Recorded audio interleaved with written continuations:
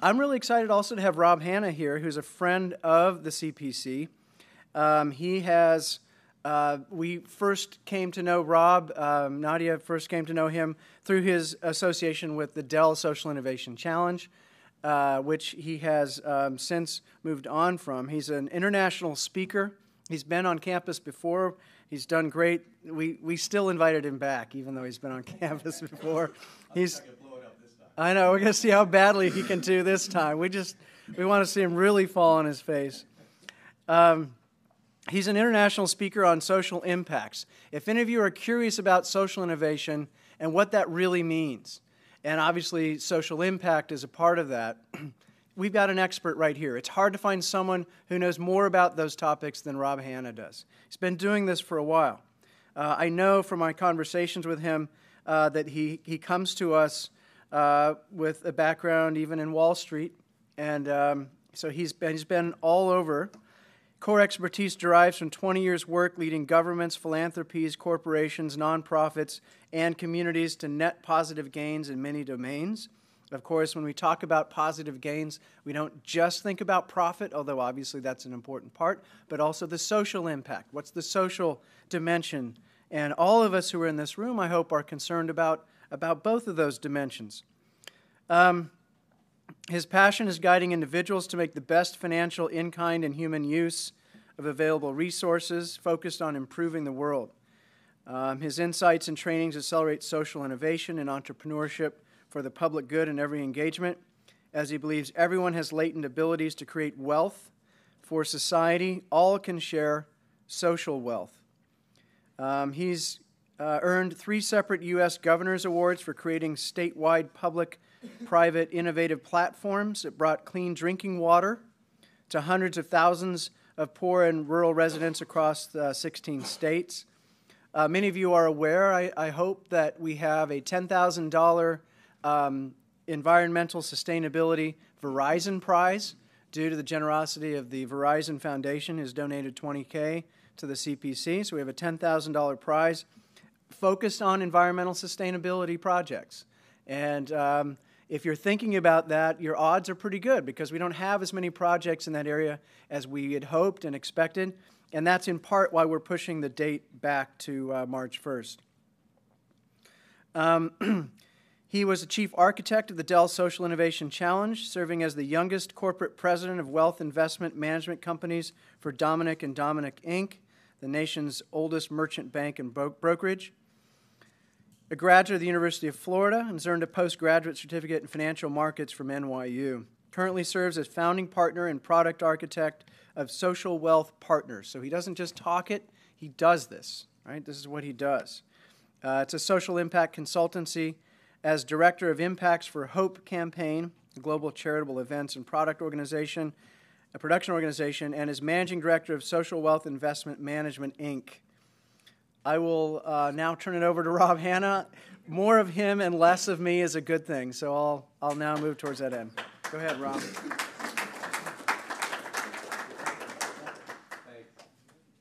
I always love coming here, not only for the wonderful introductions, but just because you guys have such vital energy and excitement, and the campus is so incredibly beautiful. So there's a lot of social wealth already here. My presentation today is hopefully going to add some value to you personally. My expectation, and I start with some assumptions, is we never start from zero. We're always in process. And I think if we check in, the reality is that we're already improving the world.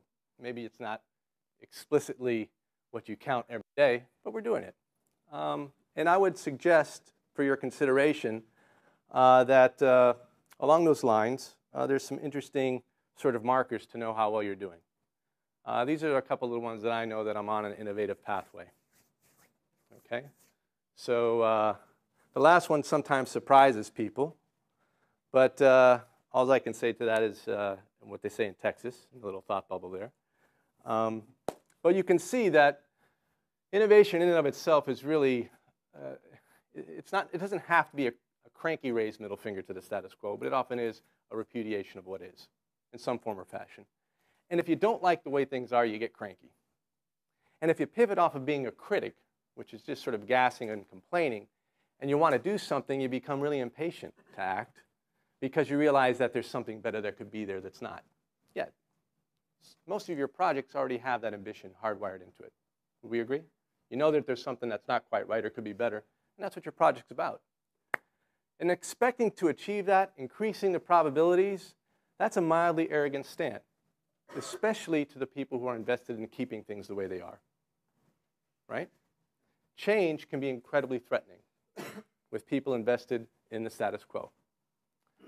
So how do we accomplish overcoming all of those sort of cranky and impatient tact and mildly arrogant attributes? I would suggest by becoming increasingly selfish in the sense of learning what core personal abilities and elements you can master to facilitate that change in the world. So you're already doing that because you're here. You're enrolled in school or have been. And education is one of the prime examples of being selfish and improving yourself, and it's worthwhile. And it is not only when you improve yourself, improving the world because you're better off, but it is a pathway for helping others. So today and forevermore, let's think about being selfish in ways that add up. I like throwing everything out front and saying, here's everything there is to need to know. Here's the 5 elements that'll get you to the finish line and fantastic success for everyone. And throughout this presentation, we'll get through probably half of these in a little bit more detail, and I want to leave room for discussion. But the reality is it's not that complicated. We tend to like to make things more complicated than they are, but there's really a few things that you have to kind of get sort of down to the fundamentals and basics and understand and then forget about as you internalize them. That'll enable you to be wise, capable, talented, and energized enough to change the world for others. So we'll walk through these, but essentially the baselines that matter are critical. Observable gains is the underpinning of everything. We'll talk about how we measure those. That was sort of the ABCs. And we'll tie those directly to your projects. And if for anybody else who's in the audience who doesn't have a project and maybe has an initiative or a nonprofit or a social issue they're interested in, we could play around with that. People in charity and philanthropy and everything don't particularly like the language of business, but I like to think of things explicitly. So I talk about products and product mixes, and there's really very few categories to think about. Teams, absolutely essential and critical, but oftentimes overladen with a lot of process and prescriptive elements that don't necessarily add value to either creating great products or envisioning and achieving gains for others, and we can kind of pierce some of those bubbles along the way. So my hope is that over the next 30 to 40 minutes, we'll go through a little bit of these elements, put them in context for you guys. If you have any questions along the way, raise your hand, stop me. All right? I'm not on a train. It's not only a single track. We can stop and take a detour, and I'd be happy to do that. Does that sound about right for you guys? Okay. So just so everybody else knows, raise your hand if you're a student here and have a project already. Okay. All right. Raise your hand if you want to have a project but don't yet. Awesome. Great. Okay. And let me plug the challenge again and the great work that Steve, Nadia, and Claire are doing here. The challenge and the way the design of the challenge is, because it's patterned on the Dell Social Innovation Challenge, and I designed it so I know, is put your ideas up there. You don't have to have a business plan. You don't have to have a fully developed project. You have to have a start. If you can think of an innovation or who gains the most or who pays or what is success or even some thoughts of how you're going to get there, get it up there. And get as many of those up there and registered as you like. You are not limited to just one good idea. We've had students. I had a guy when I was at the Oxford Emerge conference, one of the kids in the MBA program there. He put up 6. There's no penalty. I mean, you can only do better. So put them up, and what you might find happens is that somebody will look at that and call you and say, hey, that you just triggered an idea in me. Or they might bring you ideas that can help you get further along the path. So don't be afraid to put your ideas up there. The whole premise behind the challenge is it's not a competition where it's a beauty contest and you're going to look ugly by association. It's a challenge to learn and find things that are useful for you in the real world every step of the way. And that's the design, that's the feedback of the judges, that's the support that Nadia and Claire and Steve can give you here. So please, I encourage you to do that. All right, enough selling. Let's move on. All right, essentially, this is my premise, my presupposition for all the work that I've done over the past 20 years in social impacts, and I've really found that there's really only two ways possible to improve the world. There's really only two types. Anybody have a guess?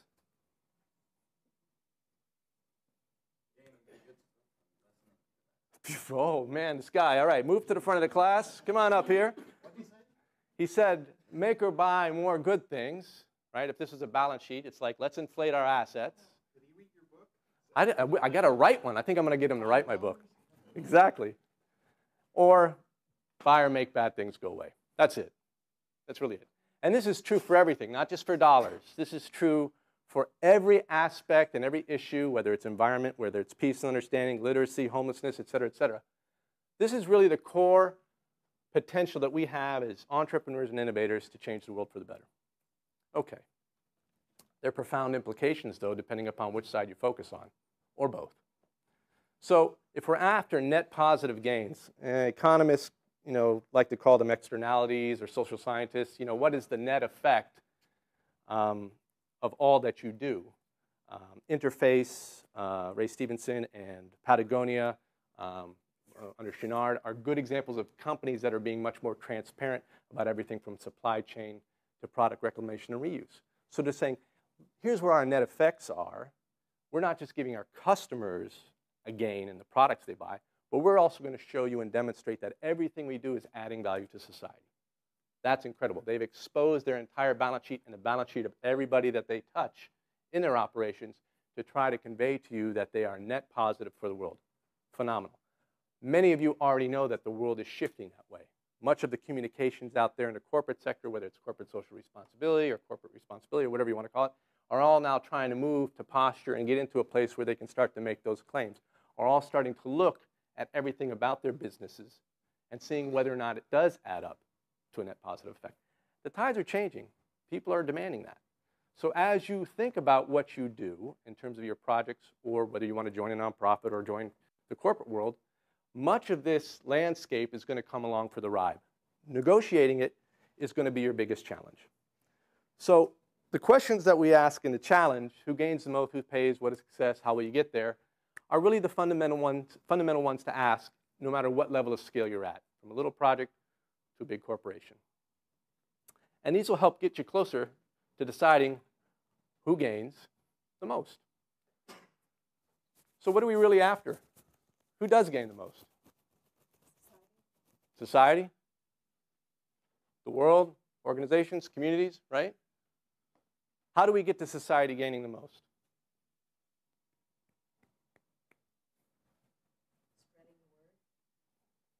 Spreading the word, okay. Making value, okay. Empowering them, who be them? People? Okay. I would agree with you. Whatever happens has to start and continue with individuals. So it's interesting to listen to a lot of organizations when they talk about what they're doing. They talk in big terms and big language, right? We're going to change society. We're going to improve the world. Their ambitions are here, which are great to have. Their vision might be here in terms of the intermediaries or activity focus of how they think they're going to get here. But oftentimes they fail to make the last and most critical linkage, which is what is that net gain for the individual that's supposed to add up down here. So when we talk about measuring social impacts and measuring gains, certainly we could talk about aggregates here, but that affords you very little operational value in your project. How do I get there? You really have to migrate all the way up to the foundational element of individual gain to understand how those pieces would then flow through to add up to environmental and world and social gain. So all of these are inextricably linked. There's individuals at every step of the way, no matter where you package them. You can put them in organizations, you can put them in communities, but they're still there. They're the atoms of gain. You got to pay attention and think about this in every aspect of your project. Then you can start making bigger statements once you have that figured out.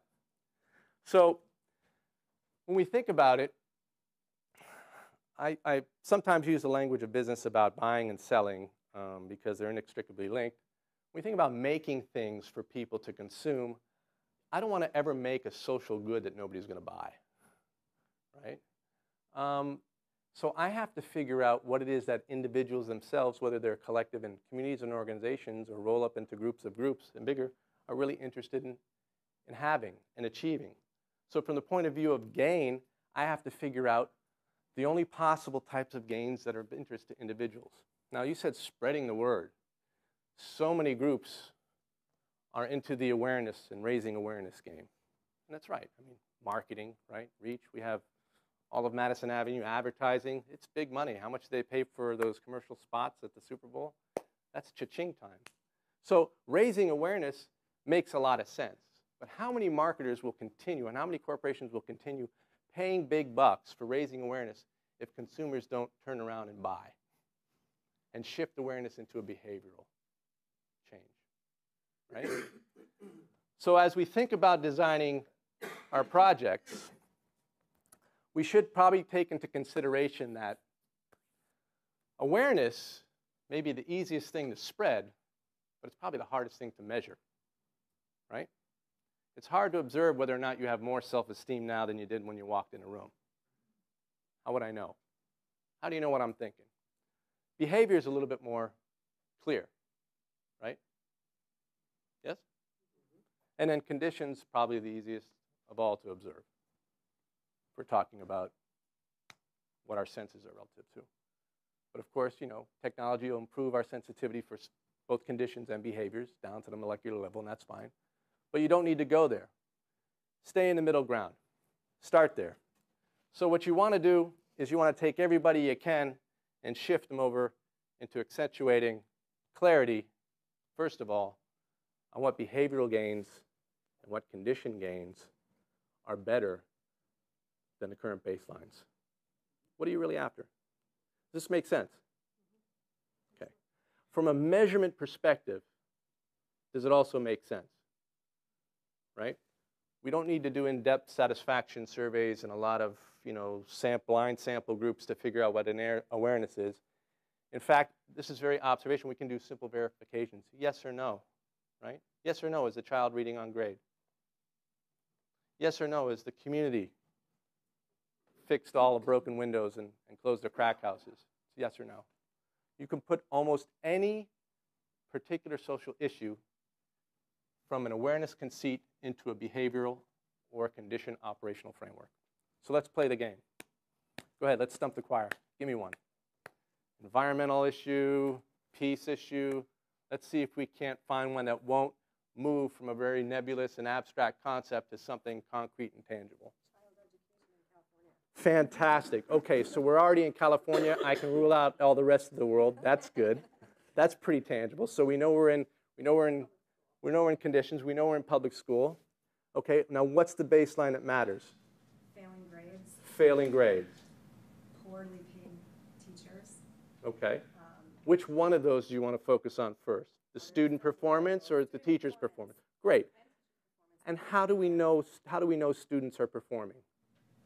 How do we know? Yeah. By their measurable output of grades and the way that they behave at home. I mean, there's so many different conditions. That's right.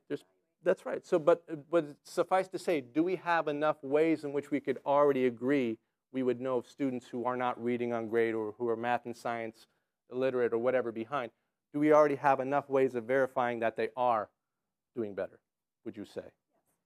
Great. So we don't have to worry about coming up with something new. We actually already have those. So maybe then what we do is we just agree what are the behavioral tests and the condition tests to verify that whatever innovation you have has achieved success. Well, you can see how the children react to it, whether they are amenable to the program you have. That's right. That's right. That's exactly it. So you look and see whatever it is. Is it after-school mentoring? Is it coming in and performing a little module with the teacher in the class? I mean, I'm not going to suggest what the intervention is. I'm simply saying there's so many ways you could already take what's existing out there and make that part of whatever your innovation is to verify and gauge progress and measure it every step of the way in ways that everybody would agree with already. We don't have to invent anything. So that was relatively easy. Give me a hard one. I've seen a lot of projects that are focused on working with younger students and building their confidence and how that will be beneficial to them in the long term. How do you measure that confidence? I love it. What exactly will a person with an impact of increased confidence be able to do or achieve in new behaviors and conditions that they can't? That's how you pivot from internal states. You find out what the analog is in some sort of observable behavior or condition. So and there's probably a good deal of knowledge out there about what those achievements are. Yes? Well, the thing is that you have to establish a rubric by which you're measuring essentially what you're setting up. So you say, this is what I want to, this is where I'm starting out with, this is what I'm going to do, this is how I know I've achieved it. That's right. And my suggestion about the rubric is that you stay away from awareness claims because they're incredibly hard to observe and evaluate. Well, but I'm not saying they're not valid. They absolutely are. My internal states are incredibly valid for me. I like being happy all the time, right? But it's hard for me to look in terms of numbers and groups at how persistent that awareness of happiness is if I can't have some sort of progressive and measurable milestones that are either behavioral or condition-based to observe. And my injunction, my prescription for all nonprofits and social enterprises is to move away from this, at least at the outset, in making these claims, unless somebody's writing a check for it, then do this all day long.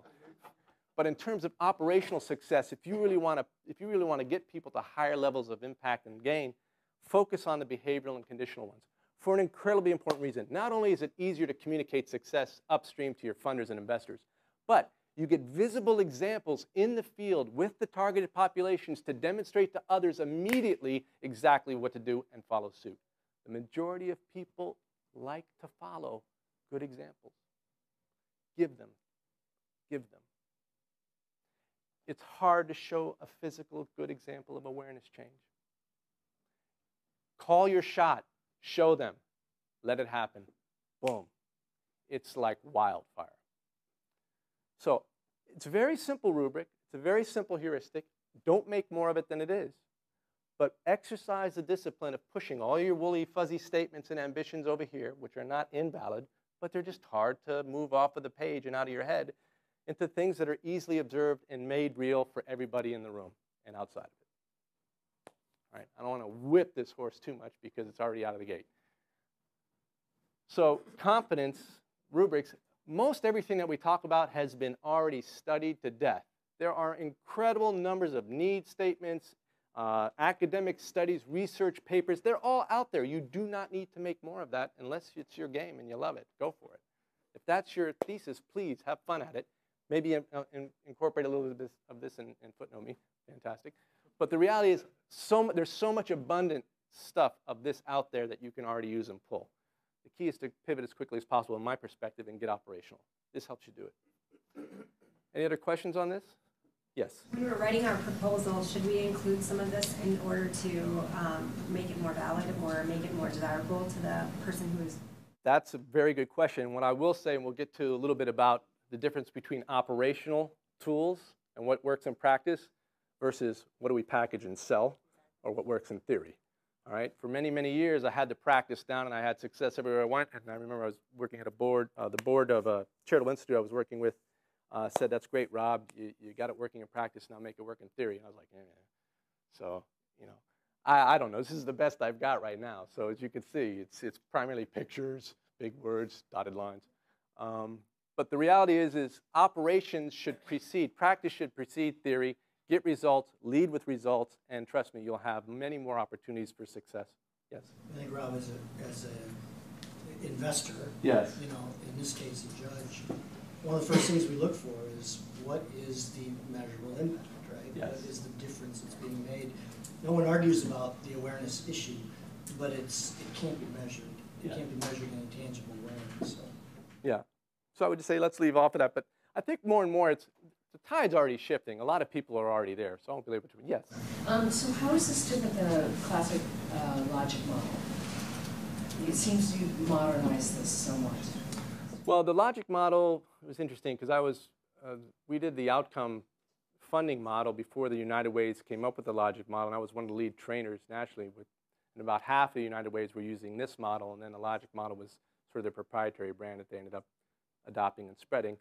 And you know, I don't want to be too critical about it. I think the logic model works great, but it's hard to apply it operationally.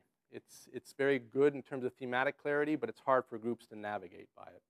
It makes good representations, but the linkages themselves exact a lot of drag that what otherwise could just be straightforward statements. So that's, you know, my only complaint. But I'm happy that it's there and it's working because it's better than what was there before, which was nothing. So. So we have questions all the way down. I mean, you know, this is starting points, and I'm not trying to give you answers. I'm just trying to give you frameworks for how to look and question and improve the answers that you do want to get.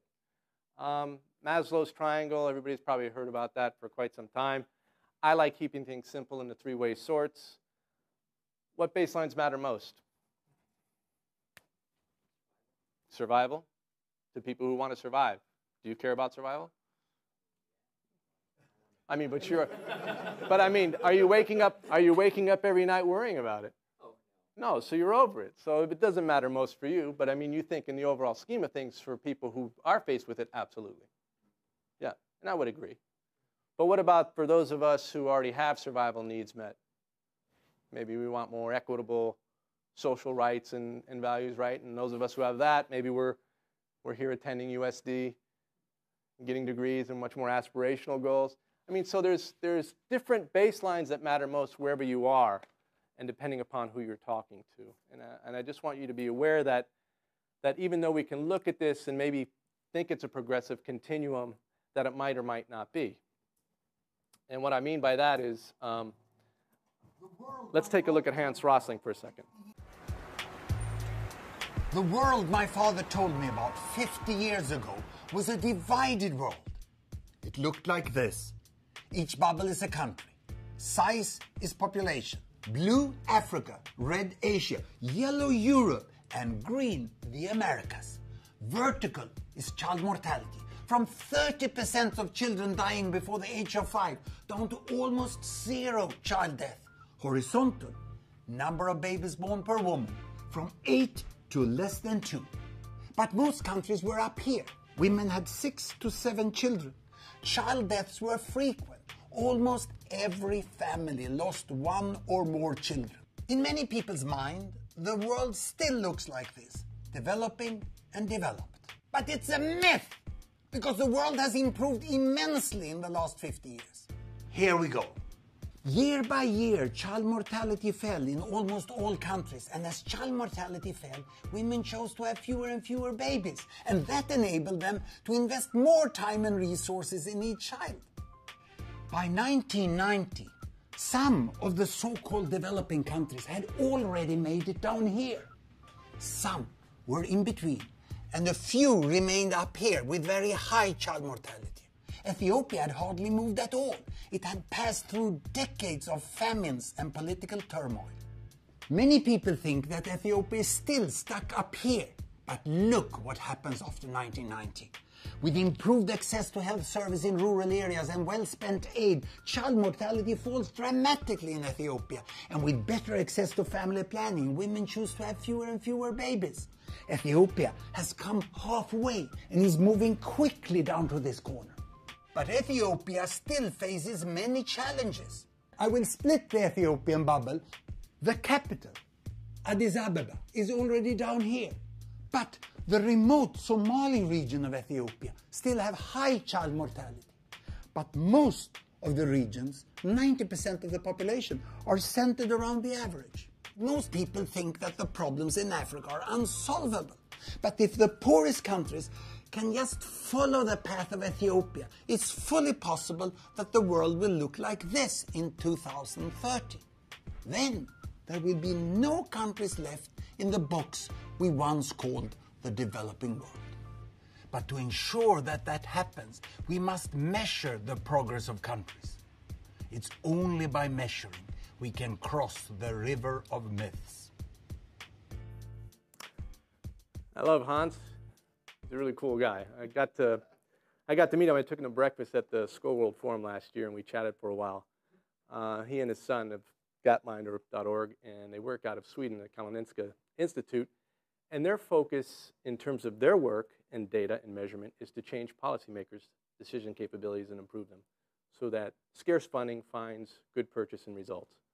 And I think that we play that role too whenever we have a project or a nonprofit or an initiative. We have to be mindful that our funders are largely, if not totally, the ones who are responsible for buying whatever gains and impacts we're selling or hopefully having others consume on the ground. So I don't think there's a better example of how to package information and impacts and sell it than Hans. He has an amazing database. It's open and it's free to the public and to teaching institutions, which has all of this data and many other data and indicators for almost every social issue out there on their website. I would suggest you look at that if you're questioning what baselines matter most or which ones would help reflect the story and the gains you're trying to tell. So it's just a little kind of insight. You can start here. It's a great place to also look at a lot of other ways of representing information in a powerful fashion. So that being said, the gains that mattered the most here, child mortality and the number of children being born, are very measurable and tangible. There's not a lot of awareness in there, is there? You could count that stuff. And that's where Hans goes. Measurable, measurable, measurable. Stick with that, and then realize that it all doesn't go together on sequence. So whether or not we have survival gains or aspirational ones, we can find things like this, which is a resident in a dwelling that might be closer to survival issues and needs with the aspirational gain of a satellite dish tacked on. Yeah, yeah. And the reason I bring this up is I did over 100 economic development projects with the Appalachia Regional Commission throughout Virginia and Appalachia region. And one of my funders and investors was a state community development block grant agency in Virginia, Todd Christensen. And Todd was excited and happy to take me out and show me exactly how their funds were being spent. Now, this isn't a picture of the shack that he showed me.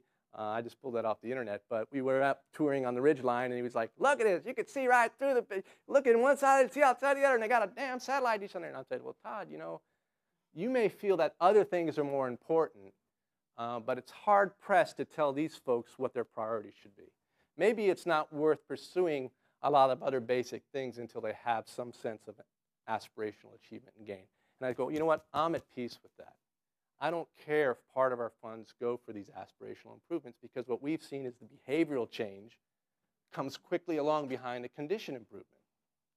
So why am I pointing this out? Because your funders and investors may demand impacts in one shape or size, but you may find that the people you're trying to help will either refuse or not recognize those gains until some other gains precede them. So be aware of that you can have multiple impacts and multiple gains in one single project, in one single initiative, and that's okay. But test both ends of the spectrum. Get down in the dirt, meet with your folks, find out what it is that they're excited about getting, as well as try to bring your funders and your investors along to help them recognize that the reality might be that we have to go from here to here to get to here. It just might be. All right? So that's a hard-fought, hard-won insight over the years that I'd like to share with you. It's not always linear, and it's not always straight-line continuum. We can find a rock, paper, scissors kind of approach to things where you keep going back and forth. All right, so we were talking about who pays. Hans does a great job of changing the minds of statesmen and governments to allocate capital in broad causes. But let's take a look at, you guys aren't working in a vacuum. There's plenty of people out there paying for change, right? Do these all seem familiar to you? You all heard about them before? Is it unusual? Yes, no, maybe? What's a board member? Oh, very typically when I sit on boards, that's what happens. Oh, you are. Just bored. Yeah. Yeah. I'm glad that you were reading, see? Good.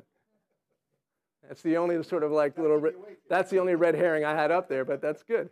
But these are pretty much part of the landscape, right? I mean, a lot of this language, venture philanthropist, that came out a little bit over a decade ago. I was one of the founding board members of Social Venture Partners, and actually worked with the chapter here in San Diego for a while, and was on the international board up in Seattle.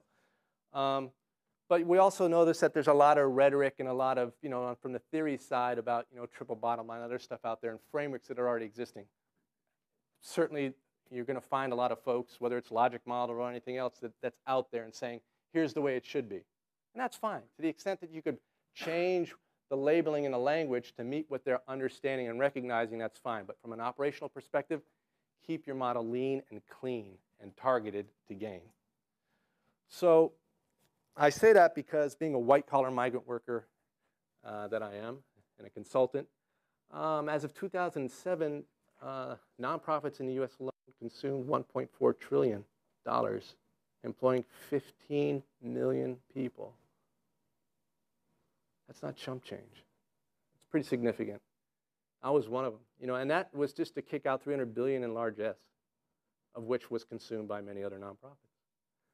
So if you were to bring Hans in and let him do his magic work with the numbers, where you have, as an investor, 1.4 trillion in, what do you think we were going to get out of that? Well, 10-time multiple, right? Well, I think the industry of my colleagues and peers are struggling to make a good case for that. However, I think we have one, which is an employment program for liberal arts majors like myself for 15 million people, which I say it tongue-in-cheek, but it is valid. But the real ambition is that how is this industry and how are these funds really going to achieve better for where we're hoping they'll go? Yes? What's the average salary per month? Oh, I don't know. It's a good question, but I think you probably go on to the average. It's all over the map. But I will say this, the salaries for most people in the public sector should be higher for better performance. And I think part of the problem is appreciating and valuing talent. One of the biggest issues I have with the whole industry is this notion of best practices. I go, it's not best practices, it's best practitioners. How much do you think the Wikipedia Foundation? I'm sorry? Isn't Wikipedia nonprofit? Yeah, that's what I'm saying. There's a lot of individual initiatives out there that are either underpaid or non-paid, which are fine. But I think if we're talking about a professional industry, I think we should really be pushing more about performance for outcomes and impacts than just what's the average pay scale and can I keep moving in the shell game from one organization to another.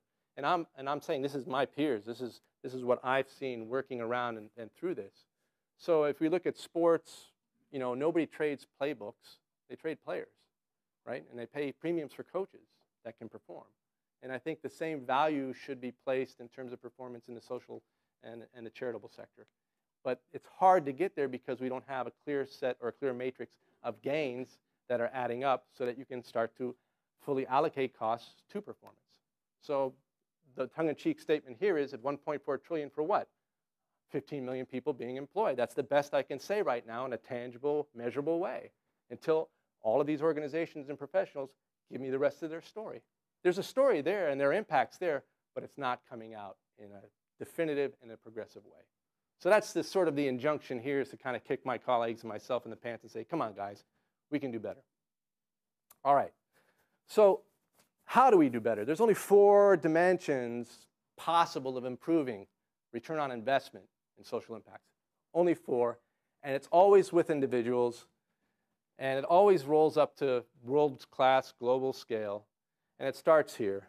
The first 3 is the depth of gain. And I'll give you some examples. The breadth of gain. The scope, being the numbers of people who also achieve the same depth and breadth. So when I was in Los Angeles County and Orange County, we created a platform for the homeless management information collaborative there.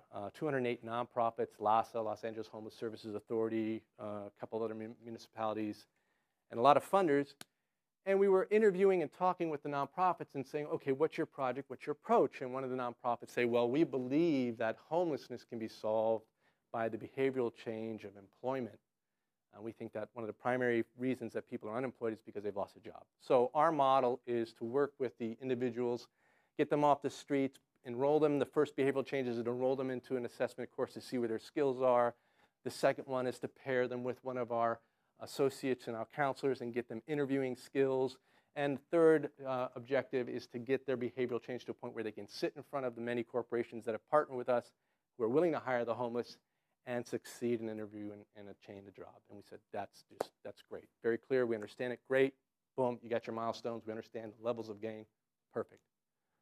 Another group, also said that, well, we also believe in the behavioral change of employment model, but we also think that employment's not enough, that along with employment should come some conditional change. We have to get the person off of the streets and then assess them for mental or substance abuse and see what their physical conditions are. Then we want to get them into a stable housing situation in a halfway house. And then after they've got a job, maybe into some subsidized Section 8 housing. And then after they held the job for a while, maybe then into a market rate, durable home. And we said, wow, that's awesome. And they said, oh, yes, but that's not all. And we believe that once we do that, their awareness will improve along the way. I said, very reasonable. We like that. Great. Another group said, well, we're in the business of spreading the word about how people should be aware of what the homelessness problem is in Los Angeles, where our annual count shows 111,000 individuals who are on the streets. We said, well, that's okay. Anything else? And they said, no. We said, well, all right, not good enough. Let's work with you to kind of turn that into what should happen after the awareness is raised. And they did. But the point being, as a judge, when you look at, and this is what I do too when I think about investing in social enterprises, I want to know what the ultimate level of gain is, not just from a financial return, but also from a return on social impact basis. And these are the metrics I use, right? Depth, breadth, scope, and then also the most important one is time. I used to tease the heck out of folks when I was on Wall Street. I say, hey, what do you want? I can guarantee a 10% or a 50% return. Everybody say, well, what do you want? You want 50? No, I want 150% return. I'll guarantee. Half my money. I'll give you 100. I'll give you 100. I will guarantee you to give you 150% return in 100 years. Guaranteed. Ah, see, you should have told me that before. Give me your money. The point is that unless you consider time, time is absolutely essential for ROI, no matter if it's financial or if it's individual improvements in lives, right? The quicker a homeless person can get off the streets and get into treatment or get into a home, the better off they are. A beautiful promise of a home 5 years from now is worth little than somebody getting off the streets and into a shelter today. Wait 5 years to get a home or get into a shelter today? Yes? I want to know how you went from C1 to C5 and not in the A and B dimension, and why did you put it as a 3 or a 2? I mean, I saw your logic behind saying that, but as you said... On the previous page? Previous or even this one, like, time is probably measurable, like in days, years, decades, but going back when you say that, you know, for the... Oops. Right here? The breadth, I mean, how do you define your scope or the breadth, like, and then say, okay, this is how deep the impact is going to be, or this is how widespread? So this is what you would tell me your project could do for one person in terms of their milestones of behavioral gain. This is absent time. This is just what you're telling me they'll achieve. And I'll go, okay. First they'll do this, then they'll do this, then they'll do this. Not what you do, what they'll do. First they'll show up, get assessed, then they'll learn some skills, then they'll go out and interview and get a job. Okay? That's the rubric. Yeah. So you want to look at that, the milestones of gain up to some sort of finish line that you're representing you can pull off. Okay, so those can be very specific to the case that you are pitching for. That for this, these are the 3 KPIs, so to say, like, these are my performance indicators for that particular behavior or that particular... Yeah, this is what you're looking for operationally in the results of all the clients you're dealing with. If they're not progressing on these milestones, then you know something's wrong, and you can either go course correct, change what you do, right? Give them additional service, whatever it might be. But this is what you're holding constant, their gain. And this is a great, I'm glad you raised this. This is a great point. What a lot of groups do is they don't hold this constant. They hold their activities and programs constant, and they let this vary. What are your results? Oh, well, we got some over here, and we got some over here. Well, no. You hold, it's like a fund manager with your 401k or your money. Do you want them to hold to your return on investment, or do you want them to start moving around and creating different things that don't have any impact on your results? This is money in the bank. This is what your clients do is everything. Yes? So within a project application, would you want us to identify what the feedback loop mechanism might be within the project proposal side? Yeah, that's where you'll get to. Once you understand this rubric and can start to speak to it, then that's the natural fulfillment, is get to that positive feedback over time so that you can make course corrections at time along the way as opposed to at the end in an evaluation. Okay. Did that answer your question? Great. Okay. So time has two components, applied and elapsed. Elapsed is critical, that's the ROI, but from an investor's point of view, I want to know the fully allocated cost. What's it take to get there, right? Are you doing things concurrently, sequentially? What's the loading factor? And you need to think about that as well. What is it going to take you guys to pull off this ambitious achievements for however many people you think you're going to do? This is right-sizing your ambition to not just the calendar time, but also the applied time of resources, in-kind, human, and financial that you'll need to pull it off. A lot of investors and funders will pressure you to compress elapsed time, not realizing that some things have to happen over a period of time. You need to make that case. I'll give you an example. The stock market. Stocks don't appreciate incrementally the same amount every day, right? You may sit in your portfolio with a specific stock for a while, and then Michael Dell will come out and say, we're going private, and you'll get a 25% bump in a day, right? But that stuff doesn't happen until it happens. Oftentimes, people can be very idiosyncratic. They're not going to have constant improvement every day. You're going to learn as you go along where those junctures are, and you need to make sure that you're being very effective in how you're applying time to accelerate those junctures, but giving yourself and your investors enough clarity about how long it'll take to get everybody there. So applied and elapsed time, think about both of those. They're highly consequential. All right? Any questions on that? Okay. Let's have a discussion about projects. Or do you want to keep going? You want to keep going? Anybody else want to keep going? Yes, no, maybe? Okay. All right. What is success? Who's buying? Who's paying? You really have three types of existing buyers as social entrepreneurs and social innovators. I'll give you this is sort of the classic profile. Givers, funders, and investors. At a very high level, you know, checkbook charity, givers, emotional appeals. They're out there. They write checks. Kickstarter's full of people who are givers. You're not getting funding programs on Kickstarter. You're getting people who are signing checks from the heart, who are excited, right? They're incredibly valuable. There is a higher proportion of people in the U.S. writing checks as a total amount of philanthropy that are givers than any other demographic. Pay attention to them, all right? They're going to help buy your impacts and get people better. Funders, these are the professionals, the white-collar migrant workers like myself. You know, we're the ones who think that we have the process that works for everybody. We want more compliance behaviors from you. If you read our annual reports, we want you to send us back the exact same language we give you. Use our verbs, use our nouns. Don't tell me what you're doing. I don't care. Tell me what I want to hear. That's funders. Take their money. Give them what they want and take their money. All right? Investors, hello. We're a little bit more shifty. We're kind of the oily group, you know? We're a little sneaky. Yeah, what are you doing over there?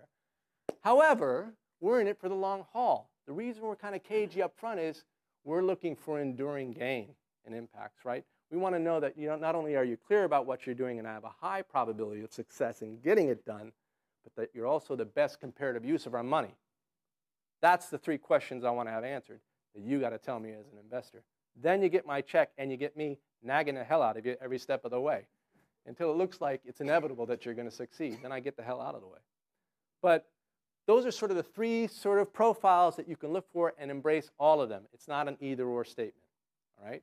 You can find money. It's out there. Look for it, but give them what they want and be prepared for the questions they're going to ask. Yes? Those donors, the people that are giving you money, you can't necessarily get money from if you're not a nonprofit, correct? I mean, it really all depends. I mean, there is no right or wrong way. Certain funders primarily have counterparty requirements in terms of 501c3 registrations and all that stuff. And in California, you even have such exotic, what is it, Section 25. You got a lot of nice new kind of entities out there that are trying to play both sides of the fence, and God bless you, and I hope you do. But the reality is, if you can have a conversation and they say, well, you know, I have a charity, and I'd like to give it to you out of my charity. Do you have a 501c3 that can receive it for you? Why not? Of course. Yes, why not? I mean, there's always, where there's, my mom used to say, where there's a will, there's a way, and where there's a check, there's a way. What about Kickstarters? Where generally do you find Kickstarters? The online platforms? No, just the type, the givers that way. You know, I'm going to a conference in New York. It's called Crowdopolis by Daily Crowdsource, and I'm actually going to learn a lot more about that because that's a great question that I'm trying to answer myself. Yeah, more and more. Indiegogo. Yeah, I mean, there's tons, and they're popping up almost every week. But these are the intermediaries who are sensing a market. But what's interesting to me is the market behind the intermediaries that they're sensing. You know, I'm a fisherman. I'm not interested in the boat. I'm interested in where the fish are. So this is what I'm trying to get a little bit more clarity on, because we know that Americans habitually are givers. We give of our time and we give money, and primarily as amateurs, not professionals. So it's a huge market out there, huge market. And I think this is going to be direct to retail, a lot more interesting ways of getting social impacts in the future than we think of in that previous 2007 schema of a bunch of, you know, old cranky white guys like me. Yes? I just wanted to ask the first question about Kickstarter. I'm going to start one next weekend. I started a nonprofit. It's a lot of work, and you still have to pay $800. So you have to make sure you're going to make enough money. And then most investors on Kickstarter are only giving so much. They're not going to take the time to get the tax benefits of a 501 3C or whatever. But if you're planning to put $5,000, $10,000 rewards, you should. Yes. Well, by the same token, I just met with a young man last week who's starting a company here in San Diego called Give a Light that will create that intermediary step between you as the giver and the receiving organization as a transactional based process where you register using Facebook. Yep. You have a secure link to your credit card, etc. And then at the end of the year, you get an itemized statement. Yep. Of where your donations went, how much you paid each month, etc. They all qualify. Yep. Yeah, I mean, the innovation, there's no shortage of innovation on the front end, of raising money and getting money. Yeah, the social side of connecting is the challenge. Well, and this is what I hope will happen, is this notion that more and more buyers, whether you're a funder, a giver, or an investor, will start to think about buying the impact as opposed to the activity or the provenance or just the sort of profile of what's being offered. And along the lines of, like, you know, Hans Gitzo, it's a myth. It's a myth. It's not so much that it's a myth. The inputs and the outputs are very important, but it shouldn't be the only assay of where value is created. So I like to think that if people are getting better, that's the ultimate value that we want to drive more good dollars towards supporting. So when we think about getting in, the last word there is exit. Investors especially think about getting out. I don't know if you've ever heard the expression, it's a race without a finish line. Yeah? I just want to take their legs when they say that. Well, then you don't need these, because, come on, everything should have a finish line. Everything should have an end, an exit, okay, for two reasons. One is, if it's a race without a finish line, nobody's running. There's no point. And we can get farther forward faster if we have nice little increments to shoot for. So give people clear points of getting in and getting out. Give individuals who you're hoping to help clear points of gain, milestones. They don't have to go all the way. Let them get the first one, or the second, or the third. You have to impose both a start and a finish to have success. Otherwise, you have an activity. All right? So move to a place where people know where they can get on board and get out, and then you could start to celebrate a lot more often and have parties and fun. Every success is valuable, because it signifies to others where they also could be getting to. If it's just one long continuum, there's no place for people to join. Yes? Rob, do you mean that only for people who are intended to get the benefit, or also for people who might be givers or investors? Everybody, from the individuals and communities that gain to the professionals in the intermediary groups like yourselves and students who are doing projects and trying to produce the gain, to the investors, everybody. Everybody should have clear demarcations of what is getting in and getting out and what that means in terms of added value and success. Success is powerful and it's very underutilized. One of the things that people don't always understand is nonprofits, there's no exit strategies. Okay? It's a nonprofit. It's benefiting society. You can't have ownership of that. Yeah. So those investors are invested to see certain outcomes associated with their investment. That's right. So that they can celebrate and you can have a party. That's right. Everybody wants a party. That's right. Okay. That's exactly the exit I'm talking about. The exit is the impact return as opposed to the going public and selling shares in the company. Yes. Somebody over there? Claire, you wait a minute? Yes. Steve. Do you see it as a trade-off? Is there a trade-off, or is this sort of a false notion of profits and social impact? No, I mean, all profits create social impact. There's no trade-off. I mean, just like if you look at Patagonia or Interface, I mean, the question is, are your profits net positive externalities or not? Look at Dell, 100,000 people. It's bigger than most communities. Yeah, what about ExxonMobil? Precisely. But we don't have enough transparency and clarity as to all of their effects to know how to answer that question yet. We're getting there. But the fact, if a corporation can do something that's even net neutral, the benefit of employing people and giving them livelihoods is a huge boon, I think. So I'm the last person to complain about there being a trade-off between profits and impacts. I think they go hand in hand. I think they go hand in hand. I think there's a lot of irresponsible companies that have been allowed to provide net negative externalities, and we're trying to clean that up, and that's why we're adding adjectives to entrepreneurship and calling it social now. We really mean it, but I think entrepreneurship and innovation was always and has always been social. It just maybe kind of got out of hand a little bit along the way.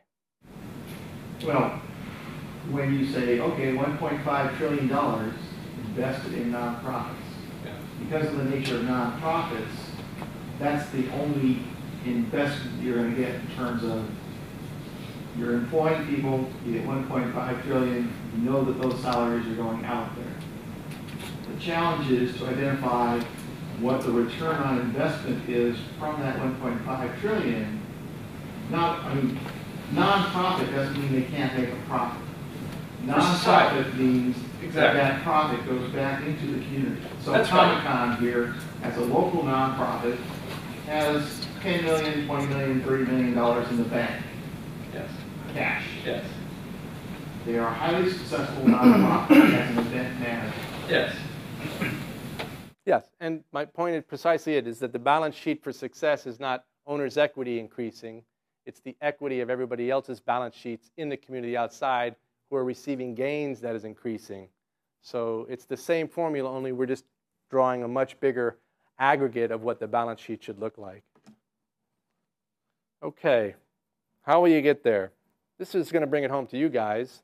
I was talking earlier about products. So, Steve, you brought up the whole idea and you were talking about nonprofits.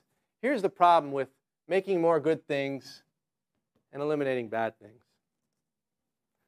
Companies want to be going concerns, right? I don't know of anybody who starts a company going, I want to go out of business in 2 years. The going concern mentality is pretty pervasive. It's hardwired into us. We are a great entrepreneur. The art of the start. We're great at starting things. We don't know when to end things. My admonition about having an exit and a success makes sense for investors, but investors don't want to kill the company. They want somebody to take it over and run it and give them the cash so they can go on their merry way. But they don't want the company to die. So the company that is creating more good things in the world should persist forever, right? The ultimate expression and evolution of that success is a utility company, right? 100% monopoly, serving everybody, the highest quality goods at the lowest cost in an ideal world. So all corporations are really trying to become utility companies. Microsoft, if you look at it with a different eye, Google, paying out all those free apps, is really trying to insinuate itself into being a utility that's essential for everybody to use. They want a monopoly. It's a great strategy. And it works as long as you keep producing good things, right? There's no limit to all the good things we can have. You can always have one more good thing. Not true with problems and liabilities, right? Optionality, for those of you like the financial markets, optionality, right? If you're long an option, it can go to the sky, but you only lose what you paid for it. If you're short, you go to zero, right? Stocks don't go to less than zero. They're done. So what happens to a company who's in a market where the customers are disappearing at a rapid rate because you've solved their problems?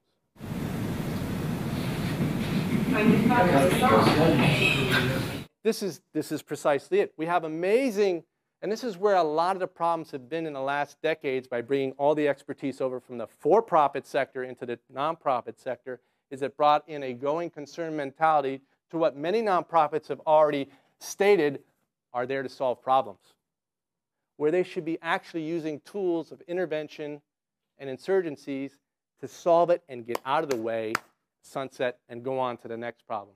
But that's not embedded in anything that they're reading or doing right now. And they don't understand what core business they're in. They think they're over here, but they're acting over here. I'm happy that nonprofit has all that money in the bank. Good for them. They're never going out of business. But you know what? I don't care if they're in business forever. I want the problems to go away. I want cancer to be gone. I want my mom to come back. No, but I'm saying I want all these things that we don't want to be gone, or to be so insignificant that we don't care about them anymore, that we don't have to continue to pump out $1.4 trillion saying we're doing good work in a race without a finish line. I don't think that's good enough. I think we can do a lot better than that. So the question you want to have is, can I take what I'm doing to solve a problem and flip it into a positive and create something good that displaces a negative? A lot of behavioral change, whether it's smoking cessation or drug addiction, 12 steps and everything, a lot of it is not changing people's habituation. It's changing the habits that they have. You go from doing drugs and alcohol to doing other things to change that loop. So you create better things for them to do as opposed to eliminating the bad things. It's hard to keep your eye on a donut, not on the hole. It's hard to make a negative go away. It's much easier to reframe what you're doing in a positive. If you can't, and believe me, if you want to eliminate cancer, that's it. We're going to eliminate cancer. If you can't, then try to understand that you're in the game of going out of business as quickly as possible and sell that. Remember, talent will always find buyers. If you can solve a problem, you can spin out, and then in California, if you solve the education problem or the teacher performance problem, guarantee you can go to Texas. God willing, come on, bring it. We need it. If you can do it, you'll find plenty of other people who will pay you to do it again. But go out of business where you are and then move on, all right? Or become a utility and continue providing good things and lock up the market. Provide the best there is at the lowest cost. Highly consequential depending upon what side of the balance sheet of the world you're working on. Highly consequential. This is about innovation, so you want us to figure out how to go out of business. If you're over here, absolutely. If you're over here, absolutely. If you're providing my water and sewer service, no. No, stay in business. Yeah, absolutely. But it's really, when we think about, world peace, saving the environment, well, what am I doing? Am I mitigating and toxicity in the watershed? What am I doing? Am I creating more pure air? I don't know. But I have to think about where I am and what my core business is before I can start to understand the team and the products I need to assemble to accomplish that and who might buy it. Now, I may say that I'm over here, but I may get investors to pay for this, and that's fine too. But that's different. That's selling. I'm talking about operationally. All right? So with that in mind, Everybody understands, and this is not made up stuff. Use the OED definitions. I'm not trying to create new language here. Goods and services, everybody understands as products, right? It's not hard to figure out. People rarely ever think about events as a product, or environments as a product, or even ideas. Here's my examples. My favorite idea innovation, Dr. John Lister, over 100 years ago, how about if I just clean patients' wounds and wash my surgical instruments before surgery? Boom. Boy, mortality rates just went to the floor after that. Did he need to provide a good or a service to get that idea out? No, it caught on like wildfire. Doctors started doing it everywhere. Oftentimes, the best innovations are as simple as that. That's where your awareness, if it changes behaviors, becomes powerful. Environment products, you have the, and Florida has one of my favorites in terms of offline environments, Disney World. It's not an event. It's not a service. It's not a good. You go in there, oh my God, it's an environment. I'm in the Magic Kingdom. My favorite online environment product is the Social Innovation Challenge. Yay! And all your projects. But it could also be everything from a gaming environment. I mean, my God, what is it, Modern Warfare 3? $467 million in 24 hours. Money talks. 24 hours sales, 467 million. Bigger than any other entertainment product in the history of civilization. And it's an online game. So you're hooked. Well, I'll tell you. Games, this is a little segue. We have a lot to learn from online gaming, or just gaming in general. Console, PS3s, Xboxes, what have you. Ask your parents if they have one. What they are incredibly successful at doing, aside from getting you kind of hooked onto it, is rapidly accelerating learning. You don't read manuals. You don't study stuff, and you're constantly hooked on achievement. I got to level up, level up, level up, level up. I mean, if we could take that brilliance and put that into social change products where people are addicted to leveling up behaviors and conditions, get out of the way. It's brilliant. But that just goes to show you the power of an environment product, because you're immersed. This is not, I wouldn't consider it a good. I wouldn't consider it a service. I'd consider it an immersive environment. All right? And there's a lot of intelligence that goes behind it that I think we should explore when we think about our projects and social programs. Events, you know, concerts. For those of you who are faculty here, your 13 weeks of courses are a series of events. 1 to 2 hours, right?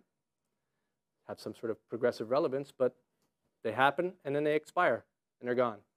And those very same classes will never be repeated again with the same components of individuals and understanding. So that's it. Services and goods, you guys know what those are. You don't really need examples. As you think of your project, when we ask you what's your innovation, the embodiment of that innovation might be one or a combination of all of these. Think it through. Think it through in terms of what are the gains the individuals need to achieve from consuming these products. What are your intentions?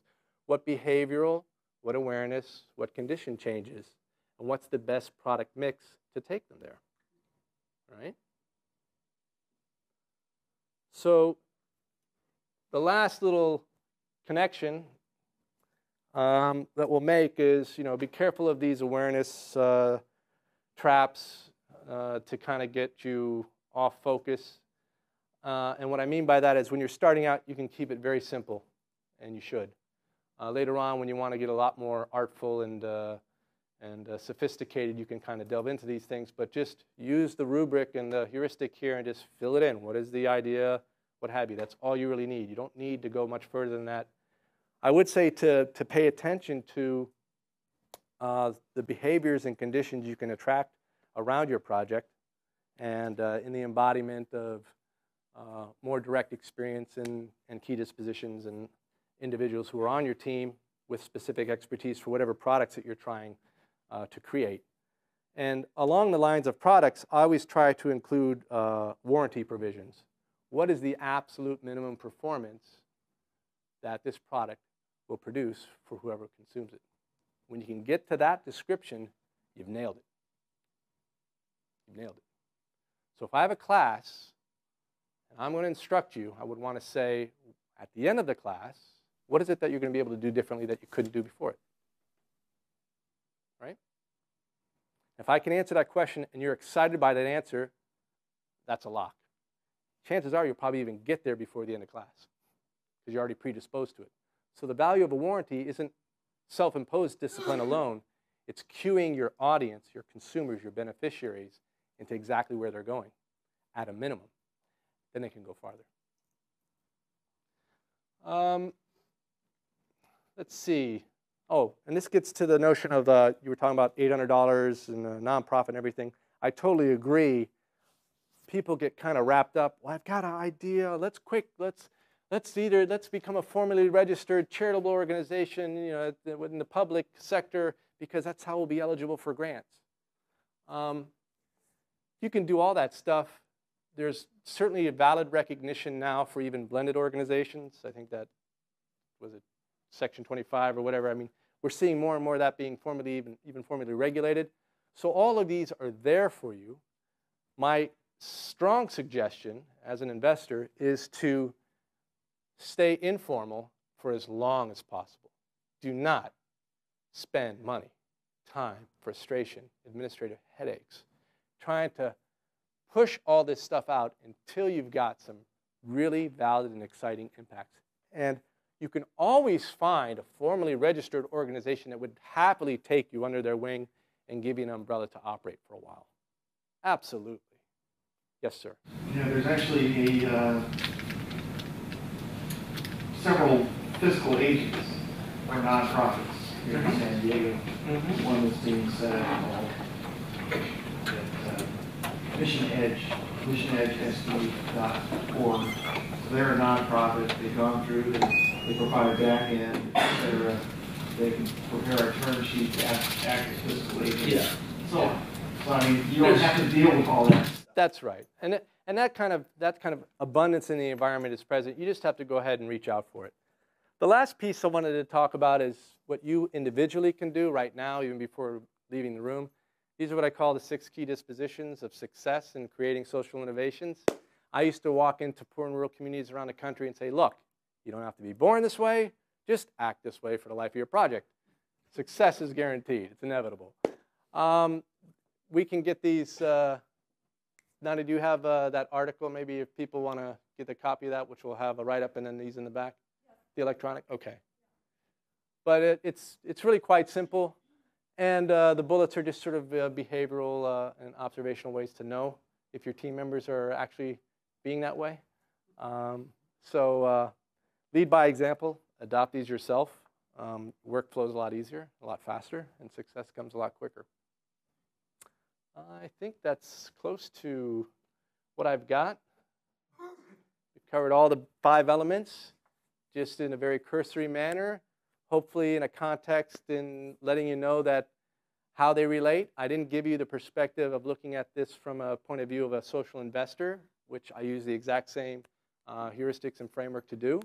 But it's sort of the inverse of looking at how much gain I can possibly get, making sure that products themselves have very clear and concrete warranties on delivering either behavioral conditional changes. I look to making sure the team's expertise, in addition to the 6 dispositions, aligns to whatever their product mix is. And of course, I look for the ROI in terms of elapsed and applied time. Then I just make the basis of choice on whether or not they are the best and the brightest of all my other comparative options. And hopefully take it to the bank and celebrate success as quickly as possible. So do we have any other questions on any of these individual elements or how they might apply or not apply to your projects? Yes. Do you have any thoughts or suggestions, especially for students, about collaboration or working in partnerships and looking at sort of the higher level model of the nonprofits that seem to survive best are those that don't try and go it alone, that seem to collaborate, partnership, try and deliver more using collaborative networks than trying to be either in a little tiny niche or, you know, a small community of service delivery or things like that. I imagine a lot of people here could benefit from having someone to talk with and working together. Yeah, there's a wonderful dynamic tension between learning and doing. Learning isn't a doing from my experience. So I think you want to be around and collect around you as much as possible people who already have accomplished what it is that you want to do. So that just by osmosis and observing, and by them even understanding what you're trying to do, insights can be given to you and adopted very quickly. That's a learning environment. So in that case, togetherness is incredibly valuable if you have the right people that you're cozying up to. So be nimble, don't be shy, reach for as high and the most productive and successful folks you can find and bring them into your tent. Absolutely. Operationally, I think it's a little bit of a different story, especially in the volunteer domain where not everybody's getting paid. Less is more. Small teams, not large teams. From the point of view of collaboration, it's an act of creation. The question has to be, what is it that we can do together that none of us can do alone? If there's no answer to that, there's no reason to hang out. I don't need you. I can do it. Unless, of course, you're brilliant and you got a check. In which case, come along. So collaboration, I think, is a double-edged sword. Sometimes it goes a little bit too far where you find big groups and a lot of talking, but not really anything happens, and it doesn't go anywhere. So I think if you could set it up and keep a rigorous definition to wanting something to come out of it and be clear and drive that for the selfishness that we talked about earlier of gain, you'll find that your collaborations will be a lot more effective and richer and produce value. Yes? So I have 3 ideas for a flexible purpose business. And what I would like to do is contact some other flexible purpose businesses because it's a relatively new idea here. And I'm trying to figure out whether or not I can trust giving my information out because I know that once somebody hears some of the information that I have from others and other things that we've all collaborated on, I'm afraid that by calling some of these, they'll say, oh yeah, sure we'll help you figure it out. And then all of a sudden my business is gone because they've already developed it before. How do I go about finding out the... You want to protect your IP? I do. Well, I mean that's I want to know. in the purely for-profit realm. That's always the boogeyman. And what's incredibly interesting, and I've invested in a number of companies, people think a lot more highly of what they got than anybody else does. And oftentimes when you put these precious ideas out in the light of day, they just kind of wilt and they go away. And then you realize that when people start looking at it, you see it from different eyes, and you realize, oh, wait a minute. It was a great seed of an idea, but it needs a much more fertile field and a little bit more cultivation. Now, that being said, if your idea is that great and you already have customers, that's validation. That's a different story. Then you have real IP that has traction. Okay, and you want to protect that. And how do I do that if that's the case? NDAs, non-disclosure. NDAs, non-disclosure, all of the typical frameworks, being very wise and careful about who you associate with, because even an NDA is not protection. Especially if it's a large firm, they'll just paper you to death. So, I mean, it's a jungle in the sense that, the bigger animals tend to win. However, if we step back and very quickly, for me, IP, for profit, you want moats, right? Warren Buffett. Nobody gets in, this is it. In a nonprofit and a charitable intent, I want bridges. I want to export the IP as quickly as possible because I want more people to win. Chances are this is not your only and best idea, but if you prove to others you're a font of great ideas because they've taken it and used it, your value increases. So maybe the value that you're going to try to appreciate right now is vested more in you than in this entity that you're trying to create. Because if somebody else can run with it and save lives or improve people's businesses, yeah. But but you have to balance that judgment. For me, I like to give stuff away. Because then people remember me and then they want to do something and they get to a point where they want to do the next thing and then I get called. The time that it takes for my family in order to develop it, that it makes a cost. It does, but those are sunk costs now. You either have to sell or you have to exit. Please. Please. Oh, I did. Oh yeah, it was back when you were talking about whether or not to be in an informal or not formal, and I think that planning early, and I'm a law student, full disclosure, and you guys want some business, want an attorney, let me know. I have some that I work with, but if you go earlier, especially with collaboration, you want those as early as possible written down so that there's no arguments and the company doesn't fall apart in the future because you're saying, oh no, you said we're going to split everything down the middle. No, that's not the case, or I want to sell to Google, I don't. All these problems you should write down early. And also the tax benefits. If you collect all this money, suddenly you're going to get taxed on this, but if you're a nonprofit or if you're a corporation, you can carry forward your losses, at least, or most startups are going to be making money. So just a little plug for myself, let me know. Sure. Well, I think lawyers are valuable. I don't, I'm not going to. Of little value. No. They're incredibly. It's an incredibly valuable service, and especially the pro bono work. And you're right to touch upon those points of organizational structure and preparation, and I think those are valid to know about. But there are lots of really inexpensive ways for startups to do it, and to protect your IP, for instance, you can file on your own for $125, just disclosing to the patent office what your idea is, why it's novel, and if it's not novel enough, then you probably shouldn't be doing it anyway, so it's a good market tester too. Yeah. And it's like $150. The most will be your time. Thank you. Trying to explain it. Cool. Right at 2 o'clock, Steve. You're like a Swiss cuckoo. That's good. Thank you very much for all you did. My pleasure. Good work. Thank you, guys.